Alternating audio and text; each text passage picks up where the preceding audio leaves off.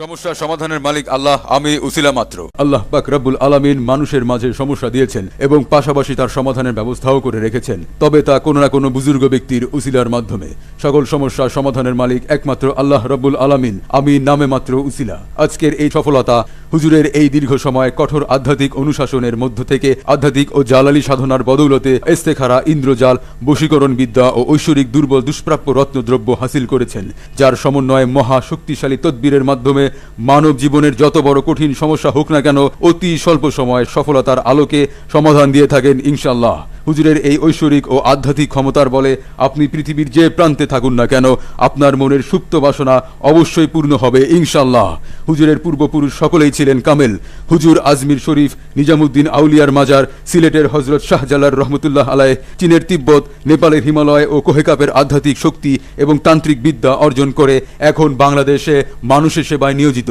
বাহরাইনের কাতার, Oman, France, দক্ষিণ Africa, Spain সহ বিভিন্ন দেশের ক্যাসিনোতে অসংখ্য প্রবাসী সৌভাগ্যের দেখা পেয়েছেন। আল্লাহর রহমতে কুদরতি বস্তু, শক্তিশালী দ্রব্যগুণ, আধ্যাত্মিক তান্ত্রিক সাধনার মাধ্যমে বাজমোহনী বশীকরণ তদবিরের মাধ্যমে বাবাজান যে সকল সমস্যার সমাধান দিয়ে থাকেন। স্বামী স্ত্রীর অমিল, প্রেমে ব্যর্থ, ব্যবসায় মন্দা, কপিলের সাথে বিবাদ, সন্তান অবাধ্য, মিথ্যা মামলা থেকে মুক্তি, গ্রিন কার্ড পাওয়া, ওয়ার্ক পারমিট পাওয়া, নাগরিকত্ব লাভ, বিদেশে যাত্রায় বাধা, যে কোনো মানুষকে বশ করা, বিদেশি মেয়েকে ভালোবেসেছেন কিন্তু বিয়ে করতে পারছেন না, হতাশাগ্রস্ত জীবন থেকে মুক্তি, ছেলে মেয়ে লেখাপড়ায় অমনোযোগী, ঋণের কবল থেকে মুক্তি, পাওনা টাকা আদায়, চাকুরিতে প্রমোশন, লটারিতে জয়লাভ, শনি রাহু গ্রাস থেকে মুক্তি সহ মানব জীবনে চলার পথে সকল সমস্যা সমাধানের জন্য আপনি পৃথিবীর যে কোনো প্রান্ত থেকে বাবাজানের সাথে সরাসরি মনের কথা খুলে বলুন এবং আপনার সকল সমস্যা সমাধান নিন ইনশাআল্লাহ। হুজুরের দোয়ায় 2013-14 সালের বিভিন্ন লটারিতে বিজয়ী হয়েছেন। সিঙ্গাপুর থেকে 198 নং লটারিতে বিজয়ী হয়েছেন শামীম, দুবাইতে